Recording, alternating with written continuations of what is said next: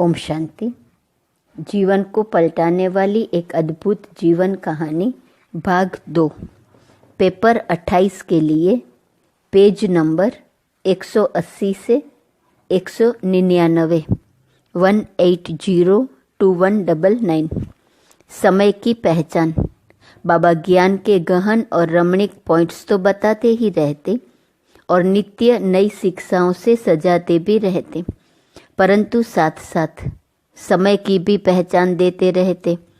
कभी वे कहते, बच्चे, जब कोई इमरजेंसी अर्थात संकटकालीन परिस्थिति होती है तो वहाँ की सरकार ऑर्डिनेंस घोषित करती है, आज्ञा घोषित करती है, जिसके अंतर्गत देशवासियों को कुछ कार्य अनिवार्य रूप से करने पड़ते हैं अथवा कई बातों को अनिवार्य रूप से छोड़ना होता है।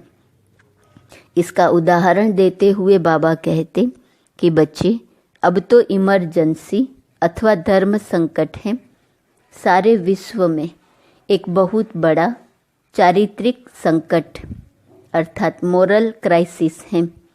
यह घोर कलयुग है। काम, क्रोध आदि शत्रुओं ने मानव जाति को घेराव में डाल रखा है। इसलिए अब सबके लिए यह ईश्वरीय आदेश अर्थात ऑर्डिनेंस है कि अब पवित्र और योगी बनो, क्योंकि अब सतयुगी पावन सृष्टि की पुनर्स्थापना होनी ही है। बाबा कहते, क्या आप जानते नहीं हैं कि जो व्यक्ति शत्रुओं से मिल जाता है वह देशद्रोही कहलाता है? क्या आपको मालूम नहीं है कि देशद्रोहियों को बड़ा कड़ा दंड मिलता है? तो बच्चे, अब इस परम आज्ञा का उल्लंघन बिल्कुल न करना। एक बार की बात है कि एक व्यक्ति कुछ दिनों से यह ईश्वरीय ज्ञान सुन रहा था, परंतु पूर्ण रूप से ब्रह्मचर्य व्रत की पालना का नियम उसे बहुत कठिन लगता था और अनावश्यक भी।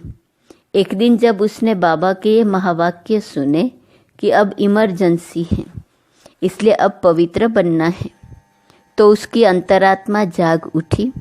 उसने आलस्य और हीनता के भाव की ओढ़नी को उतार फेंका और वह देश प्रेम और आत्म उन्नति को सामने रखकर स्वेच्छा से पवित्रता के व्रत अर्थात ब्रह्मचर्य के नियम को स्वीकार कर पुरुषार्थ में तत्पर हुआ। बाबा प्रायः ये भी कहा करते, बच्चे, क्या मालूम किस समय जीवन की अंतिम घड़ी आ पहुँचे, उससे पहले यदि पवित्रता का व्रत धारण कर लोगे तो पवित्र सृष्टि में जाने के अधिकारी हो जाओगे। देखो, इन विकारों को जीतने में समय लगता है। यदि अभी से पवित्रता का व्रत लोगे तो स्वाभाविक पवित्रता आ पाएंगी। अब विनाश में समय ही बाकी कितना है? मुश्किल से अभी 2-2.5 वर्ष होंगे। क्या आप इतना समय भी पवित्र नहीं रह सकते? अब तो सतयुग आया कि आया। बाबा को तो सतयुगी पावन सृष्टि के जाड़ साफ दिखाई दे रहे हैं। इस प्रकार जब कोई व्यक्ति सुनता कि केवल 2 ही वर्ष के लिए ब्रह्मचर्य का पालन करना है, तो वह इसको कठिन बात न मानकर इस व्रत को स्वीकार कर लेता। इसी अवधि में इस व्रत के पालन से उसे अवर्णनीय लाभ होता और काम वासना से उसकी स्वाभाविक घृणा हो जाती। तब तो वह इस व्रत को अपनाए ही रहता। इन युक्तियों से बाबा पवित्रता के मार्ग पर सबको अग्रसर करते। वे कहते कि यदि मैं शुरू से सबको कह देता कि सृष्टि के महाविनाश में अभी 40 वर्ष पड़े हैं, तो कोई विरला ही गर्भग्रस्त में रहते हुए इसके पालन करने को तैयार होता। बहुत से व्यक्ति तो सोचते कि अच्छा 40 वर्ष तो पड़े ही हैं, 5-10 वर्ष विषय वासनाओं की हवा खाकर फिर हम इस व्रत को लेंगे। परंतु अब इस युक्ति को अपनाने से बहुत जनों का कल्याण हो गया है और अब तो बहुत समय बीत गया है और विनाश में बहुत कम ही समय रहा है। बाबा कहते 5000 वर्ष के इस सृष्टि चक्र में 40 वर्ष की अवधि तो है भी। वैसे ही जैसे मनुष्य के जीवन काल में 2 वर्ष का समय होता है। इस प्रकार बाबा ने वह कार्य किया जिसे सन्यासी भी असंभव मानते रहे हैं। विकारों के लिए कड़े शब्दों का प्रयोग। बाबा विकारों के लिए ऐसे कड़े शब्दों का प्रयोग करते कि सुनने वालों का मन विकारों से स्वाभाविक रूप से हट जाता। उदाहरण के तौर पर बाबा कहते, क्रोध एक भूत है। जैसे भूत किसी के सिर पर सवार होता है, उससे उल्टा काम करा देता है और उसे भी परेशान करता है तथा वस्तुओं की भी तोड़फोड़ कराता है, वैसे ही क्रोध को एक भूत समझकर उससे बचकर रहना चाहिए। क्रोध वाले मनुष्य के पास तो खड़ा भी नहीं होना चाहिए, क्योंकि यह भूत बहुत उपद्रवी है। देखो तो जिसमें क्रोध रूपी भूत प्रवेश करता है, उसका चेहरा, उसके नेत्र, उसकी बातचीत कैसे बदल जाती है। अब ज्ञान की धूप दीप जलाकर इस भूत को भगाना है। जिसमें बहुत मोह हो, उसके लिए बाबा कहते कि मानो कि वह बंदरियां हैं। जैसे बंदरियां अपने बच्चों को छाती से लगाकर कूदती भागती रहती हैं, वैसे ही जिनमें मोह है वे भी व्यक्तियों और वस्तुओं से चिपके रहते हैं। उस व्यक्ति या वस्तु छूटने की बात सुनकर उनकी अवस्था ऐसी हो जाती है जैसे कि उनका प्राण निकलने वाला हो। अतः बाबा कहते कि अब तो बंदर से मंदिर योग्य बनना है, इसलिए नष्ट मोह हो जाओ। यही भगवान की आज्ञा है। अब सब छोड़, मोह को छोड़ दो, क्योंकि यह मोह ही दुख और यम की फांसी को देने वाला है। अब एक प्रभु से ही मन का मोह अर्थात प्यार जुटा दो। बाबा कहते कि जो स्त्री काम वासना रूपी विष को लिए रहती है, वह पूतना अथवा सुपनखा है। जो पुरुष काम वासना के वशीभूत है, वह रावण अथवा दुशासन है। अब आप ही सोचिए कि ऐसे कड़े अक्षर सुनकर कौन रावण, दुशासन अथवा पूतना बनना चाहेगा। बाबा कहते अहंकार करने वाला मनुष्य एक दिन ऐसा तो गिर पड़ता है कि उसकी हड्डी, उसका घुटना ऐसे टूट जाता है कि फिर उसके लिए खड़ा होना मुश्किल हो जाता है। अतः बाबा कहते बच्चे निरहंकारी बनो, वरना मंजिल पर नहीं पहुंच सकोगे। कई बार तो बाबा ऐसा भी कहते कि वासना भोग ऐसे हैं जैसे एक दूसरे को विष पिलाना, मूत पिलाना अथवा एक दूसरे पर प्रहार या कुठाराघात करना अर्थात क्रिमिनल असॉल्ट करना। ऐसे शब्द सुनने वाले के मन में यदि पूर्व संस्कारों के वश वासना का संकल्प उठता भी, तो वह उसे अत्यंत घृणित काम मानकर तुरंत ही इस अशुद्ध संकल्प से मुक्त हो जाता। जब बाबा साफ ही कह रहे हैं कि वासना भोग एक दूसरे को नरक में धकेलने के तुल्य, सर्प या सर्पिणी के डसने के तुल्य, परस्पर अपकार करने के तुल्य या एक दूसरे का मुंह काला करने के तुल्य है, तथा सिर पर कूड़ा उठाने से भी निकृष्ट कार्य है, तो बताइए कि कौन ऐसा कार्य करने को तैयार होगा। इसी प्रकार चुगली करने वाले तथा दूसरों को भड़काने का काम करने वाले व्यक्ति को बाबा मंथरा, दूती या दूता नाम देते और निंदा करने वाले को कौवे की उपाधि प्रदान करते। सोचिए कि कौन इन उपाधियों को लेने के लिए तैयार हो सकता है। सभी लोग इन बुराइयों को छोड़ने ही का यत्न करते।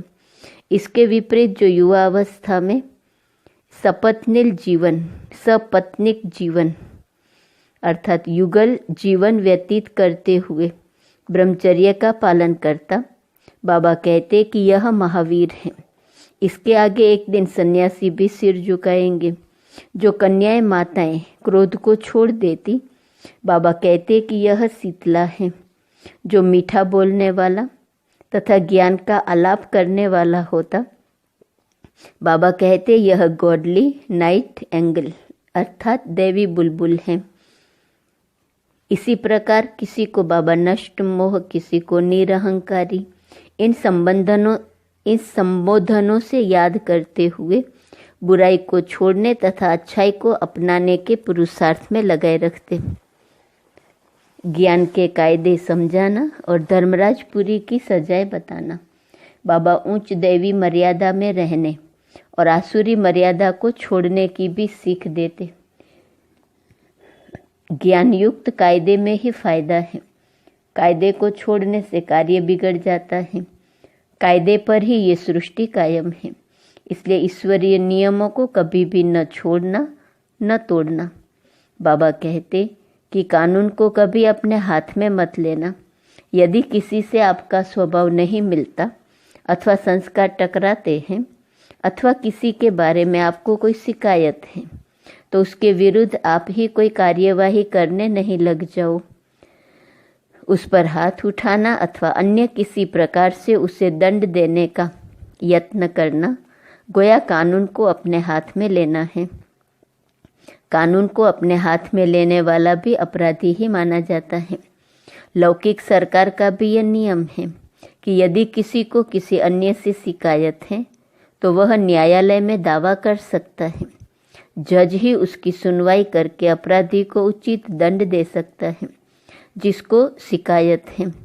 यदि वह अपराधी को मारता पीटता है तो न्याय की दृष्टि से यह स्वयं भी अपराधी ही ठहरता है। बाबा कहते आप सब तो स्वयं ही किसी न किसी विकार के वशीभूत अवगुणों से भरपूर अर्थात अपराधी हैं। अतः अपनी शिकायत पर खुद ही जज बनकर या जेलर बनकर कुछ भी करने के अधिकारी नहीं हैं। यदि किसी का कोई अवगुण अथवा दोष आपको दुख देता है तो आप इधर उधर किसी को न बताकर, वातावरण को दूषित न करके एक बाबा ही द्वारा शिव बाबा को बताओ तो शिव बाबा उसे स्वयं ही सावधानी दे देंगे। इसी प्रकार एक दूसरा कायदा बताते हुए बाबा बोले, बच्चे आप अपने निजी प्रयोग के लिए किसी से कोई चीज़ मत लेना।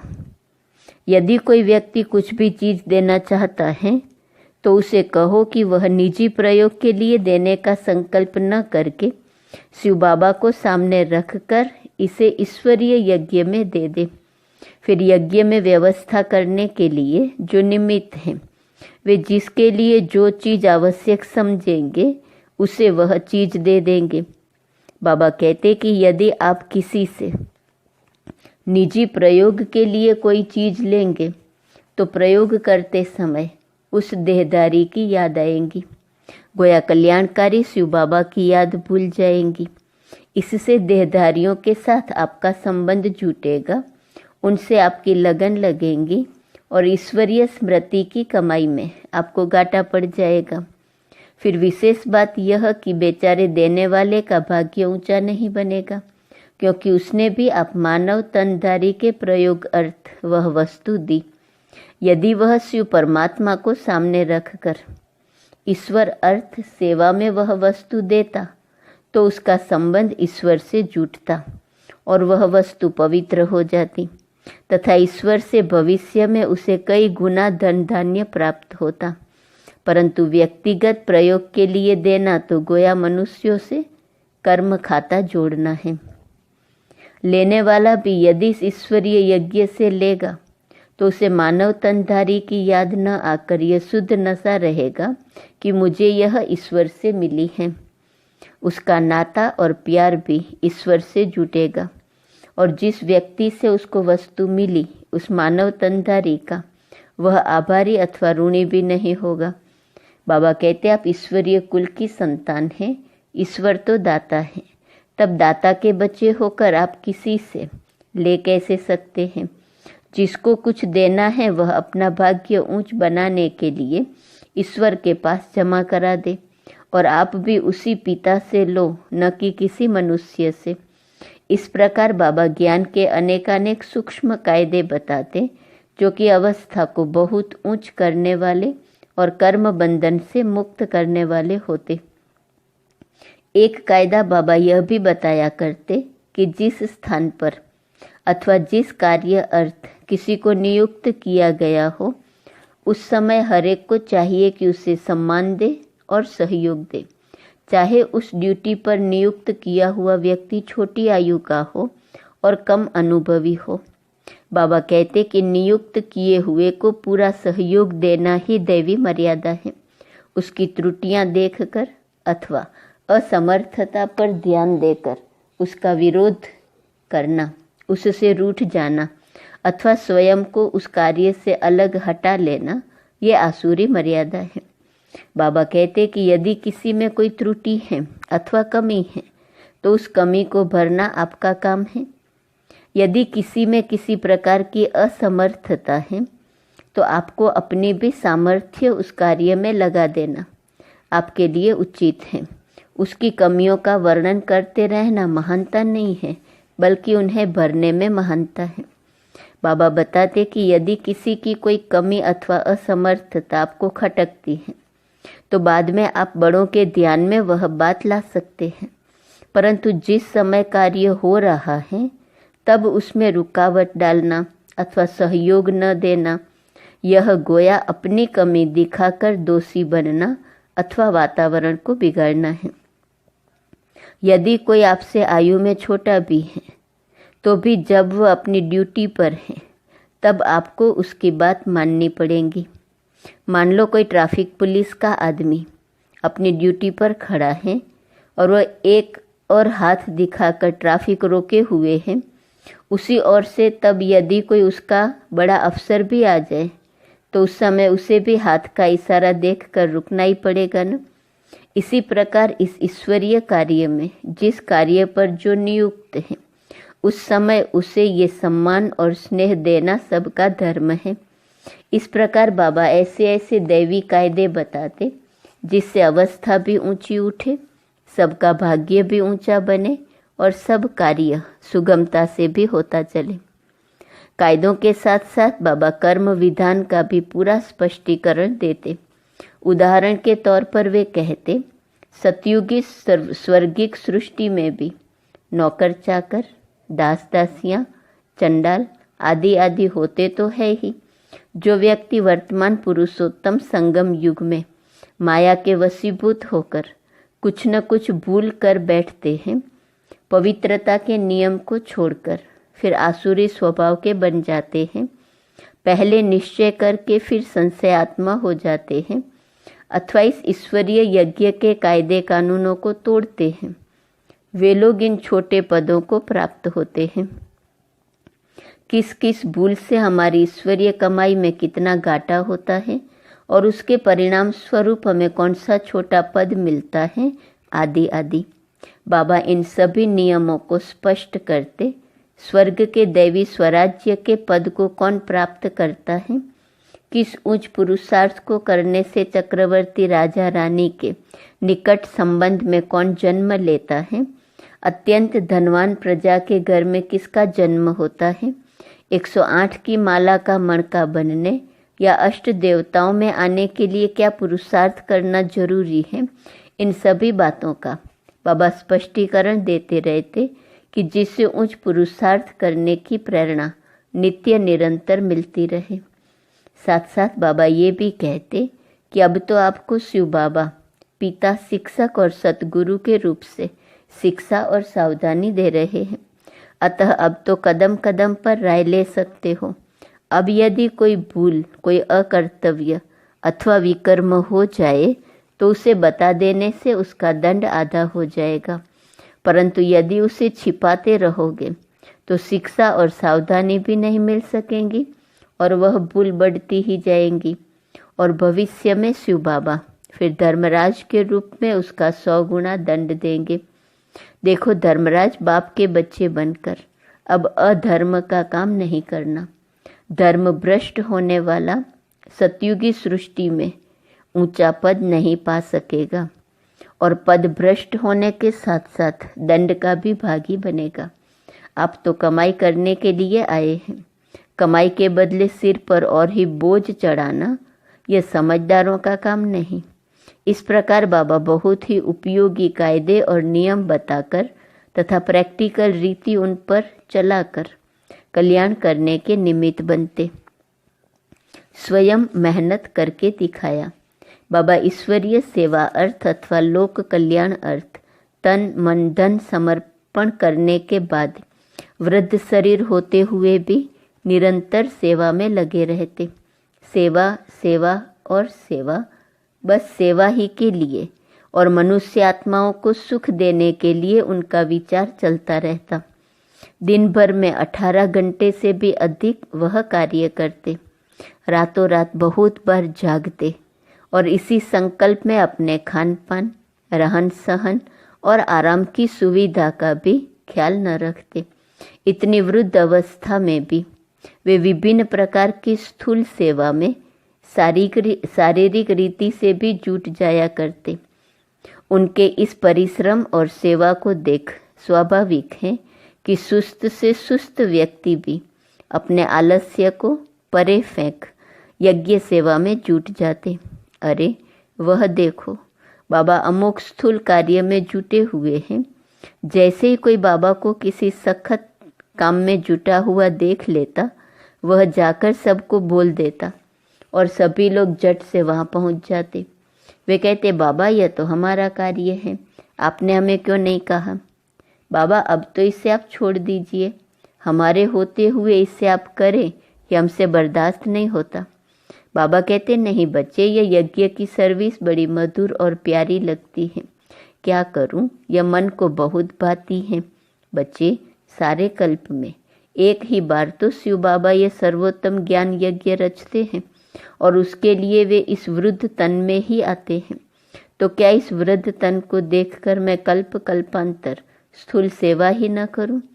मैं भी तो शिव बाबा का स्टूडेंट हूँ। यदि मैं शरीर से कोई कार्य नहीं करूँगा तो मुझे कोई निरोगी और कंचन काया कैसे मिलेंगी? बच्चे, सर्विस करने की तो लालसा होनी चाहिए। दधीची ऋषि के समान इस यज्ञ में अपनी हड्डियां भी दे देनी चाहिए, तभी तो यह शरीर पावन बनेगा। इस यज्ञ की जितनी कोई सेवा करेगा उतना उसको शिव बाबा से बल मिलेगा और उसकी आयु भी लंबी होगी, क्योंकि शिव बाबा अपने सर्विसेबल बच्चों की संभाल तो करते ही है ना। बच्चे, जैसे शिव बाबा से प्यार होना चाहिए वैसे ही उसके इस यज्ञ की सेवा से भी, यहाँ के एक एक कण से भी प्यार होना चाहिए और उसकी संभाल करनी चाहिए। आहा, हम ब्राह्मणों का यह सेवा का जीवन कैसा सुहावना है। ऐसा अवसर तो सारे कल्प में फिर कभी मिलता ही नहीं, जबकि शिव बाबा ही कहते हैं कि मैं आप बच्चों का फरमानबरदार सेवक हूँ। I am your most obedient servant. तो मैं भी आप बच्चों का सेवाधारी हूँ। इस प्रकार के वचन जब बाबा बोलते और स्वयं भी सेवा में जुटे रहते तो सोचिए कि किसके मन में कार्यरत होने के लिए प्रेरणा नहीं मिलती होगी। रात्रि की क्लास में भी प्रायः बाबा पूछा करते, लाडले बच्चों बताओ और कोई सेवा है बाबा के लिए? ये बाप भले ही ऊंचा बनाने वाला है परंतु फिर भी बच्चों का गुलाम है। ओहो, जब ऐसे शब्द बाबा बोल देते तो बताइए मनुष्य के मन को कैसा लगता होगा।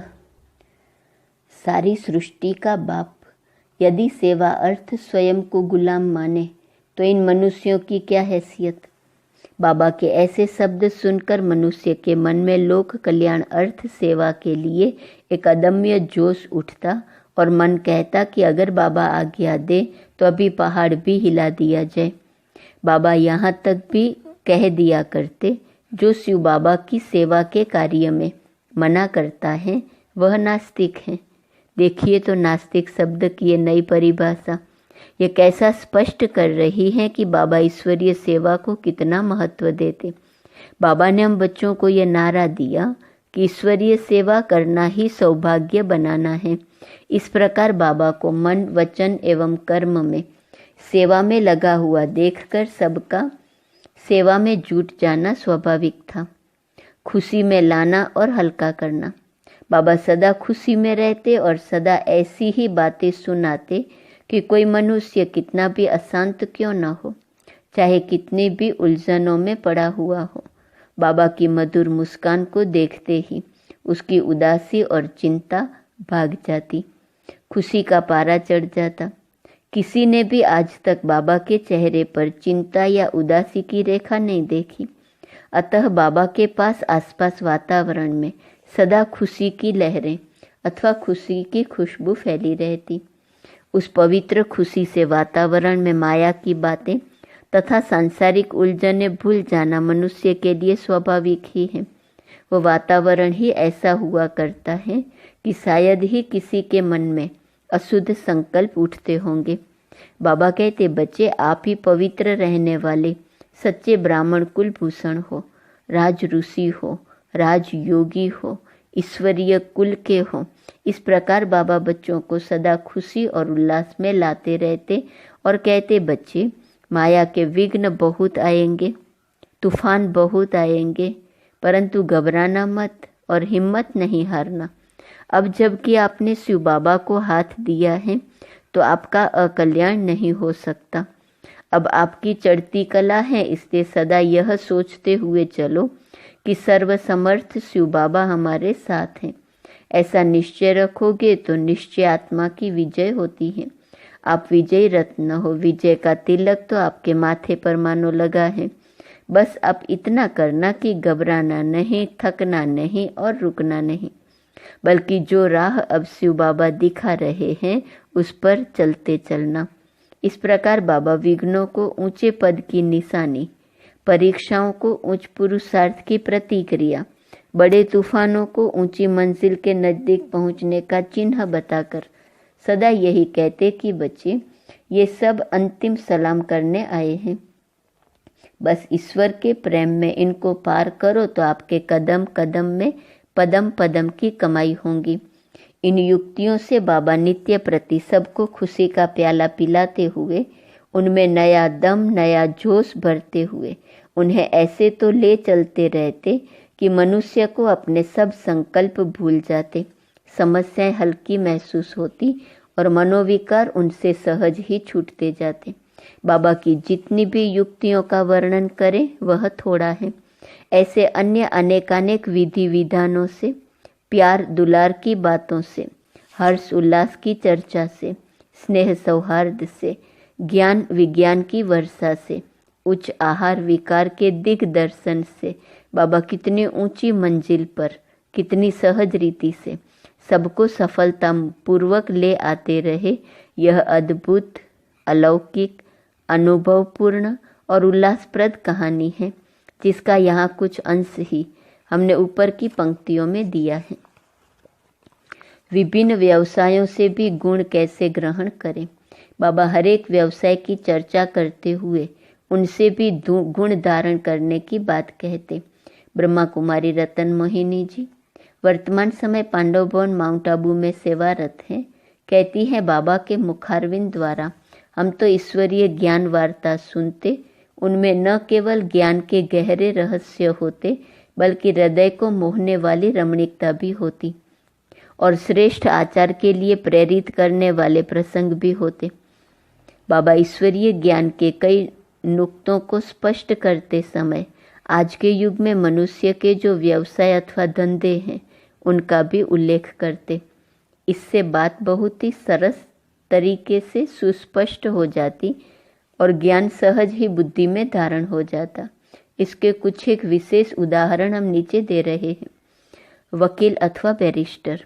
बाबा समझाते कि जो फौजी वकील होते हैं वे न्यायालय में ऐसे मुकदमे लड़ते हैं जिनकी सजा मनुष्य को आयु भर कैद अथवा फांसी भी हो सकती है।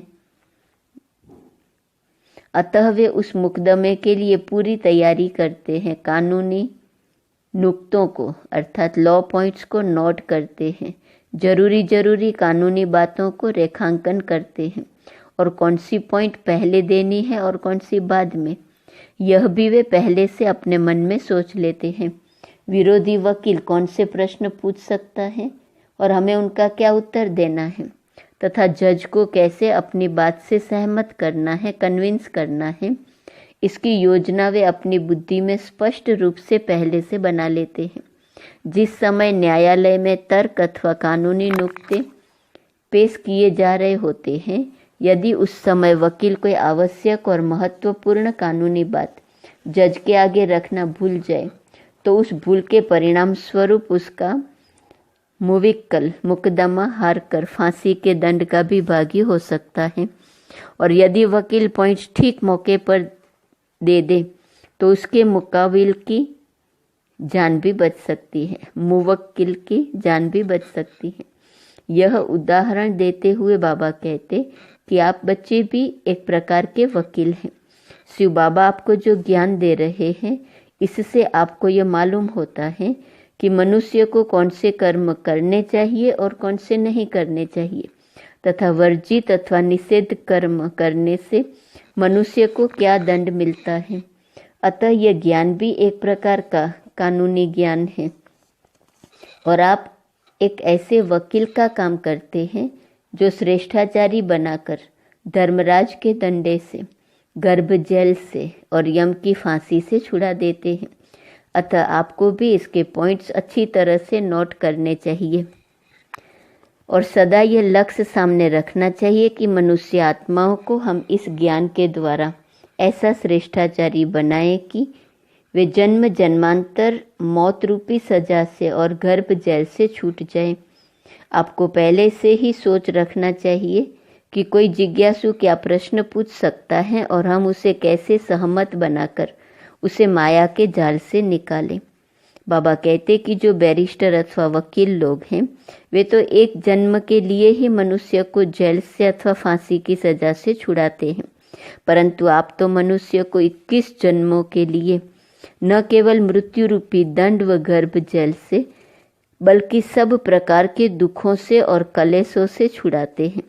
अतः यद्यपि अब आप यह सेवा निःशुल्क करते हैं, भविष्य में आपको इसके लिए इतना तो धन और सुख मिलेगा कि जिसका हिसाब नहीं हो सकता। इस प्रकार ज्ञान का और ज्ञान द्वारा दूसरे नर नारियों को माया की जेल से छुड़ाने की सेवा का महत्व बताते हुए बाबा सबको ऐसा प्रेरित करते कि कम पढ़ी लिखी वृद्ध माताएं भी अपनी अपनी कॉपियों में ईश्वरीय महावाक्यों को नोट करती और दूसरी आत्माओं को काल के पंजे और दुख रूपी दंड से छुड़ाने की सेवा में जुट जाती।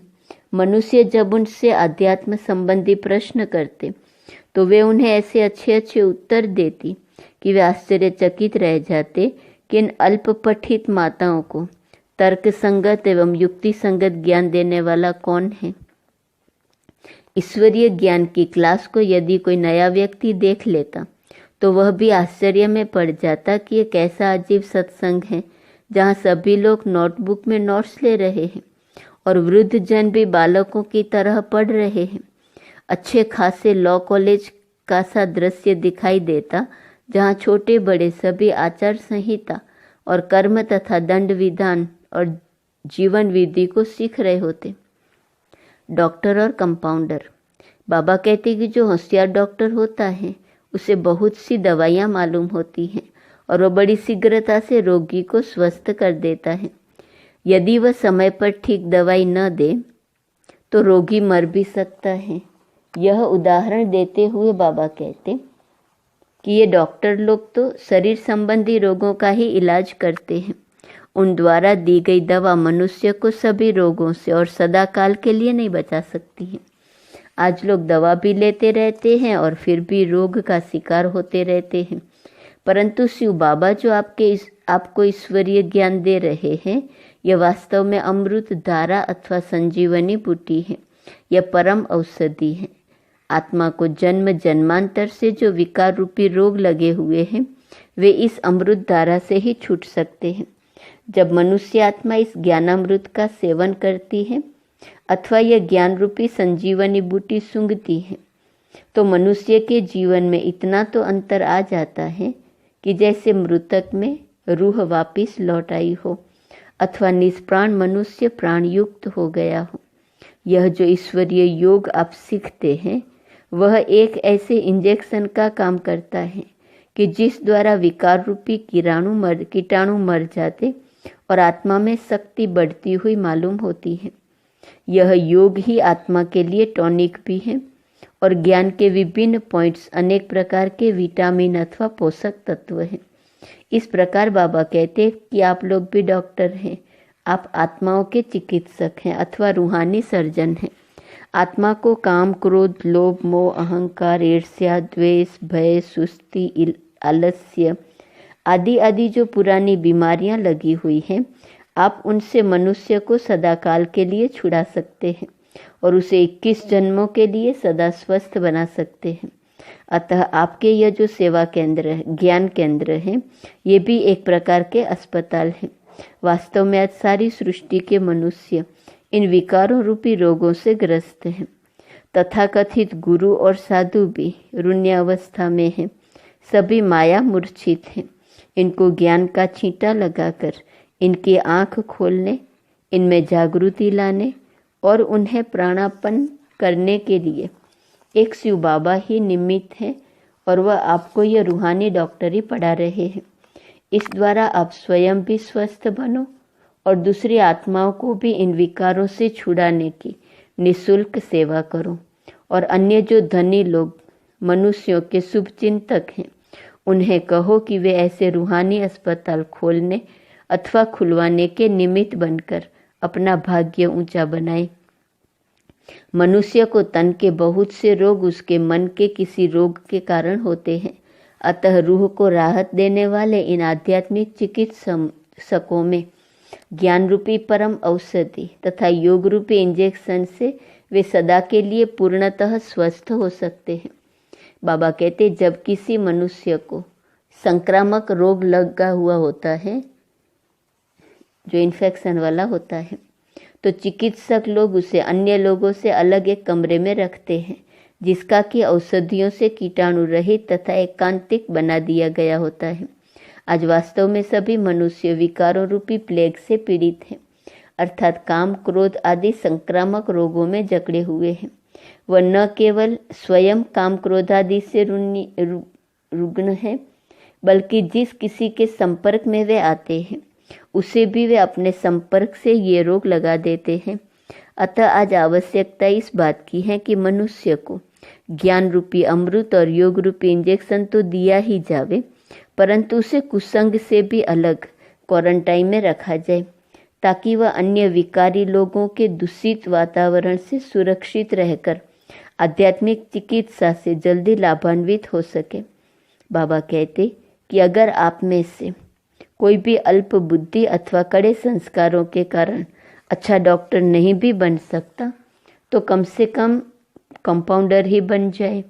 कंपाउंडर का कार्य स्पष्ट करते हुए बाबा बताते कि रोगी के घाव पर थोड़ा सा टिंचर लगा देना, छोटे मोटे घाव की मरहम पट्टी कर लेना, जो इंजेक्शन डॉक्टर बताए अथवा जो दवाई डॉक्टर नुस्खे में लिख दे वह रोगी को दे देना, और यदि किसी संकट की परिस्थिति में डॉक्टर अनुपस्थित हो तो फर्स्ट एड अर्थात प्रथम सेवा का कार्य निपटा लेना, इतना तो कंपाउंडर भी कर लेता है।